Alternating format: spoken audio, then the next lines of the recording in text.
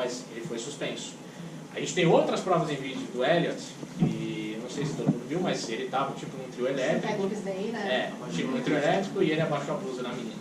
Então assim, já tem uma red flag ali, ele já teve um problema ali. Ele já não foi um cara 100% legal. Não é nem 100% legal, não foi 20% legal. Elliott é calmo, mas eu sou híbrido. Tem esse ponto também. Mas tem esse lado.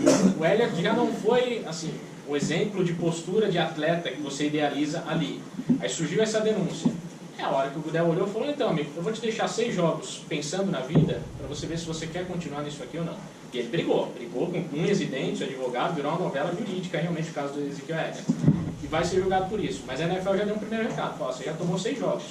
Se provar, amigo, esquece. Tchau e benção. Você abre uma loja de carros e vai ser feliz. Porque... E eu não sei se vocês perceberam que no ano passado também ficou super em voga os documentários do O.J. Simpson.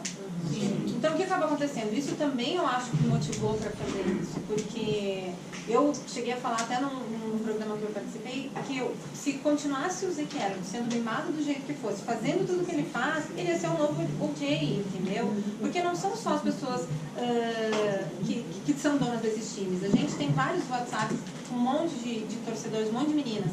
E tinha umas meninas que eram Cowboys que não achavam certo, elas não queriam ficar.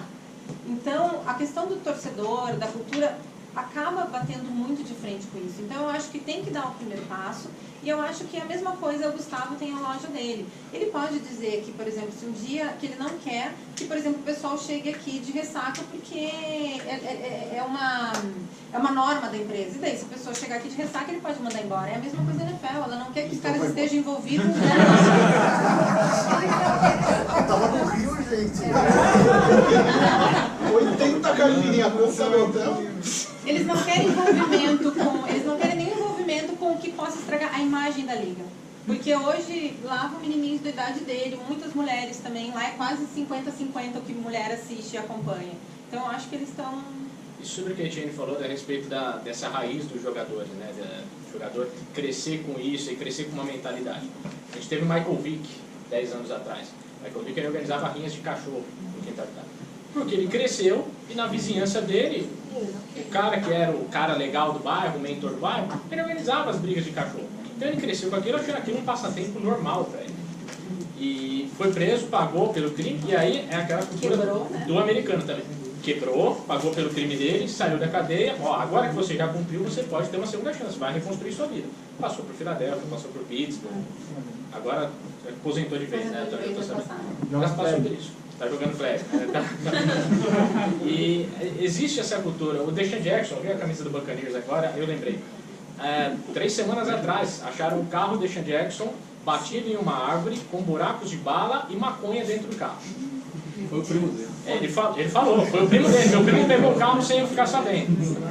Mas não é legal você se distanciar desse seu primo, se seu primo está tomando tiro no carro. Não é o primo que você quer emprestar o carro, né? Um pouco de distância. Mas existe essa questão. Ele cresceu com isso. Então, o Aaron Hernandes, quando ele foi para o draft, o Colin Kaepernick, times contrataram especialistas em gangues, eu não sei onde você acha isso, mas contrataram especialistas em gangues para avaliar a tatuagem dos jogadores. E essa tatuagem dele é tatuagem de gangue, não é? Esse cara vai me trazer um problema no futuro ou não? Então, existe esse cuidado com a imagem, mas existe essa cultura que eles crescem em comunidades pobres. Nem todo mundo cresce em um berço de ouro, assim como aqui no Brasil, mas a maior parte dos atletas, eles crescem em comunidades pobres, tem uma noção cultural um pouco diferente do que seria um senso comum e acaba chegando na net e fala, agora eu sou rico, eu posso trazer meus amigos aqui para organizar a rinha de cachorro em casa. Agora eu tô no... eu sempre vi meus amigos agarrando as meninas da balada, aí eu tô no alto do trio elétrico, eu vou agarrar essa menina que eu achei bonita. Não, cara. Agora, assim, isso sempre foi socialmente errado, independente de você ser rico, pobre, jogador da NFL ou não. Isso é socialmente errado e agora você ainda serve de exemplo. Essa criançada que está crescendo. Então, se essa criançada crescer vendo você fazer esse tipo de coisa, não é porque você cresceu vendo o O.J. Simpson, você é ídolo do você gostava muito do O.J. Simpson, é fã? Obrigado, gente. 2 shows lá fora. Você cresceu fã do O.J. Simpson? Não, ele é inocente, ele não fez nada com a esposa dele. Eu tenho plena convicção disso. Ele ficou 20 anos preso. Inocente. E com tudo isso, a torcida do Bills vibrou com o O.J. e com o Gate contra o Jaguars. Não é porque assim, você sempre foi fã do O.J. Simpson, que você vai defender ele com incidentes, você vai achar aquele comportamento normal. Não, seja melhor.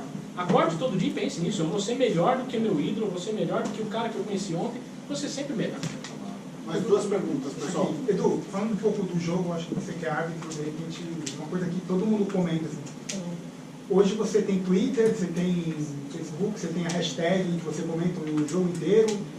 E tem um episódio específico com o Mancha, que é do Patriots e Steelers, que é o touchdown do James, que acabou sendo cancelado. E aí na hora o Mancha falou, ó, errou, é touchdown, e depois voltou-se atrás, o Kurt explicou, tal.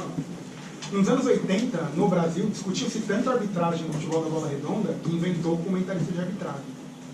Você acha que vai chegar num ponto que você vai ter que comentar 4 jogos todo domingo?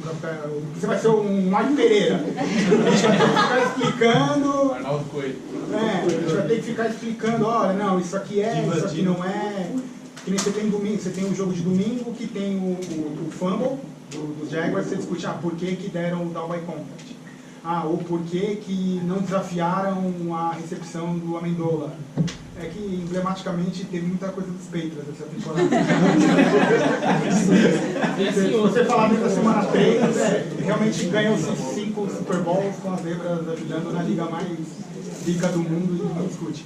Mas você tem, então, se você falar esse ano inteiro, tem um monte de coisa. E aí tem se você parar 10 minutos para ver a sua timeline de Twitter, fica insuportável, eu acho que fica insuportável.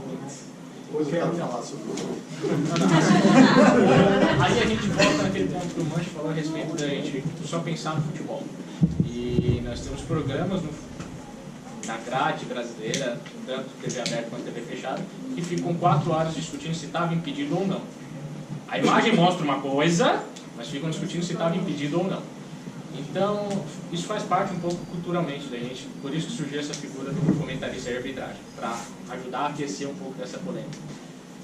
Até uma visão que existe lá fora, os comentaristas eles entendem muito de regra, aqui os nossos colegas aqui de transmissão também entendem muito de regra, os meninos também entendem bastante.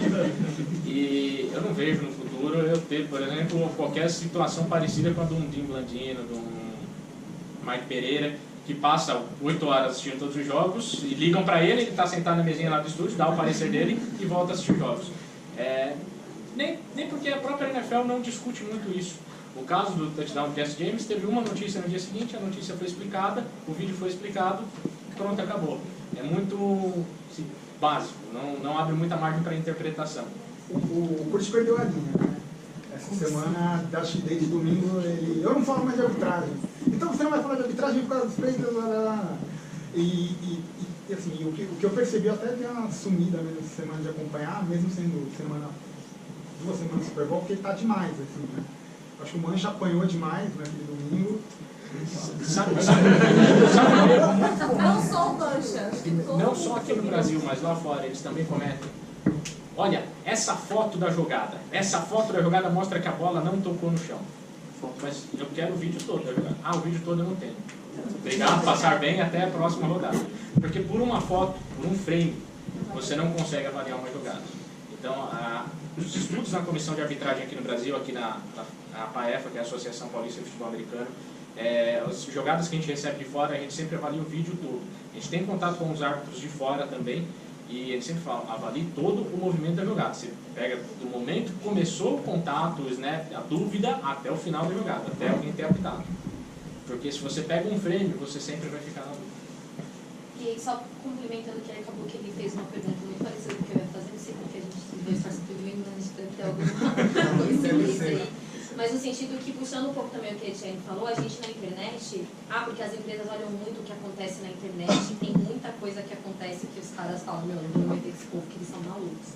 A gente tem uma cultura de futebol que tudo é porque fulano ganhou roubado, eu torço pro Corinthians e pro Patriots, vocês imaginam.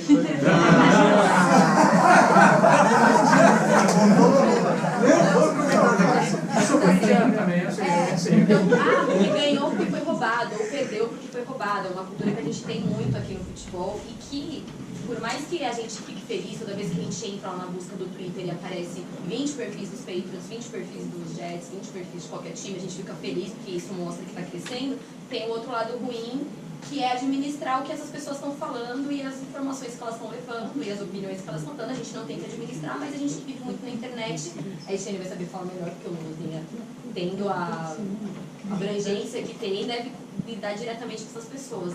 E aí eu fico pensando no quanto isso é ruim, se esse é o lado ruim do futebol americano crescer tanto aqui no Brasil, porque a gente acaba refletindo coisas que são das nossas preconceitos do futebol que a gente tem, levando o futebol americano. A gente não consegue discutir regra, porque se você falou que é errado é porque você torce para os Patriots. E se você falou que é certo é porque você torce contra, entendeu?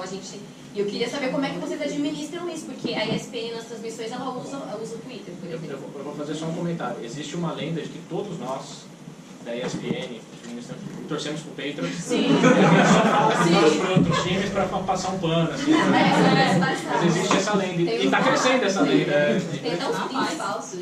Não, mas não é bem assim. Eu sou muito xingado pelos torcedores dos Patriots. Você vai ter aquela coisa, ou você torce, ou os caras vão achar que você torce, ou que você torce contra. É uma dualidade muito bizarra. Eu falei para o menino que eu conheci agora quando eu cheguei, que eu falei para eles, tem duas coisas. Não tem nada pior do que um torcedor chato do Patriots quanto os haters do Patriots, gente. Eu acho que os haters do Patriots são a pior coisa que existe no futebol americano. Tirou um pouco a polarização até que ele chama política. Nós somos latinos, o sangue é quente. Só sobre a questão das regras, eu queria só contar uma coisa. Em 2009, eu estava viajando, eu estava nos Estados Unidos e eu peguei um dia um artigo no Miami Herald, de página inteira, do Mike Pereira, vocês sabem quem é o Mike Pereira, dizendo, contando por que a NFL precisava simplificar as regras do futebol americano. E ele pontuava que nem os jogadores sabem as regras, nem os técnicos. Ele citava o caso do Joe Gibbs, que pediu 2 timeouts seguidos, levou uma falta. Ele citou um monte de casos de tricky play, de fake field goal, que o cara, ou fake punt, que o cara lança a bola, e aí nesse caso, pela regra, não tem pass interference, o certo está errado. Então. E aí o jogador acha que tem pass interference, pede pass interference, não sei o quê. Tá na regra por causa do Barrett, por causa daquele jogador que ele deixava de disfarce, de decoy. Então, o Mike Pereira, ele fez esse artigo em 2009 e falou, olha, as regras estão complicadas demais, a gente precisava simplificar por causa dos fãs, por causa dos jogadores, por causa dos técnicos, tudo. Na verdade, não simplificaram, até complicaram mais depois. E depois disso, o Mike Pereira ganhou o emprego de analista de arbitragem na TV. Por que eu estou falando isso? Porque não é que eu quero, não é uma desculpa para os erros que a gente comete, para o erro que eu cometi naquele jogo do Patriots, porque eu errei mesmo, errei conceitualmente, porque primeiro eu achei que o cara tinha visto que o Josh James tinha virado um runner e estava fazendo um football movement, então aí não importava se ele soltasse a bola depois. Erro de conceito, cagada, né? Eu estava muito cansado, eu estava doente. Desculpas, eu tenho um monte, mas não vou ficar. E também eu confesso que ali eu não vi a bola bater no chão e girar. Eu estava tão cansado ali naquele momento. Então foi um erro. Mas todos nós erramos. Mas a gente tem que ter a noção de que a regra do futebol americano é complicada. Não existe nenhum esporte no mundo com regras tão complexas. Não existe. Eu desafio alguém aqui a mostrar um esporte que tem tanta regra e regras tão complexas. Tá? Inclusive eu fiz essa comparação quando tinha Borders ainda, que era uma livraria que até faliu lá nos Estados Unidos. Eles tinham uma seção de livros de esportes que era o tamanho dessa loja aqui inteira. E um dia, isso foi também em 2008, 2009, eu peguei os livros de regras do futebol americano, do beisebol, do basquete, do hockey, e botei tudo junto assim. Claro, a tipologia é diferente, era uma letra melhor, mas assim, nossa, o futebol americano é 800 vezes maior do que qualquer outro dos esportes lá dos Estados Unidos. Então, é um esporte difícil de regra, e eu acho sim que a ESPN devia pôr o Edu Zolim. Se vocês quiserem pedir isso assim, a dívida do meu apartamento agradece. Você vai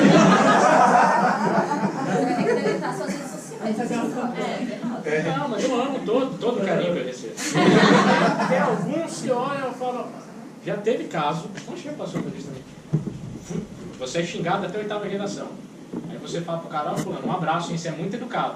Aí o cara que manda, obrigado, você tá tão desesperado por atenção assim que você precisa se rebaixar isso aí. Aí depois de um tempo a gente aprende a ignorar isso.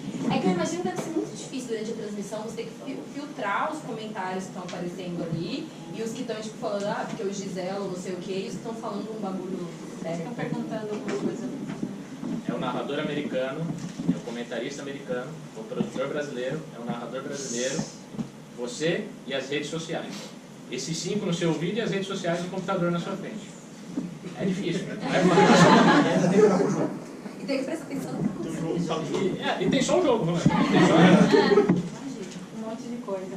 Respondendo ali um pouco, a gente, no Luzinha, a gente tem uma regra básica que a gente não aplaude maluco. Então, a gente interage com todo mundo, brinca com todo mundo, só que quando vem alguém sendo muito ofensivo ou acusando de alguma coisa, às vezes tem a Jaqueline, que é a editora-chefe, ela é Eagles, né? Os meninos conhecem. E jogos do Eagles, ela não fica na transmissão de Twitter justamente porque para ela é mais difícil. Ela quer ver o jogo e a gente tem uma outra menina que acaba fazendo a cobertura. O que acontece às vezes? Porque vocês estão sendo clubistas demais, que absurdo. Então a gente acaba não respondendo. E uma coisa legal que acontece, a gente já está no 5º, desde janeiro de 2014, a gente começou no mesmo ano que o The Playoffs. Como a gente já está com as redes sociais há muito tempo, os nossos seguidores, a gente interage bastante com eles. Quando acontece isso, os próprios seguidores acabam respondendo, defendendo, e a pessoa meio que fica acuada. A gente tem muita sorte porque a gente tem muito mais parceria do que alguma coisa chata. E a gente, dentro do próprio Luzinha mesmo, quando aconteceu a jogada, a gente tem um grupo e ficamos super divididas. Tinha as meninas que achavam que não tinha sido touchdown, as meninas que achavam que tinha sido touchdown, e isso é normal. A gente pode discutir e vai errar, vai acontecer várias vezes. A gente às vezes coloca a matéria, erra o nome do jogador, e isso vai acontecendo. O que a gente tem que aprender um pouco mais é não ter essa polarização, né? A gente está aberto para entender algumas coisas e até para mudar de opinião.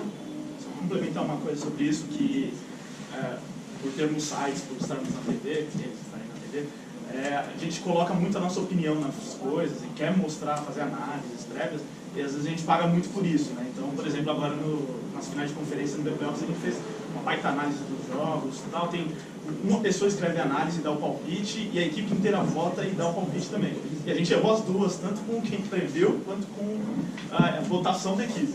Aí veio um monte de gente encher o saco, né? Como você errou, né?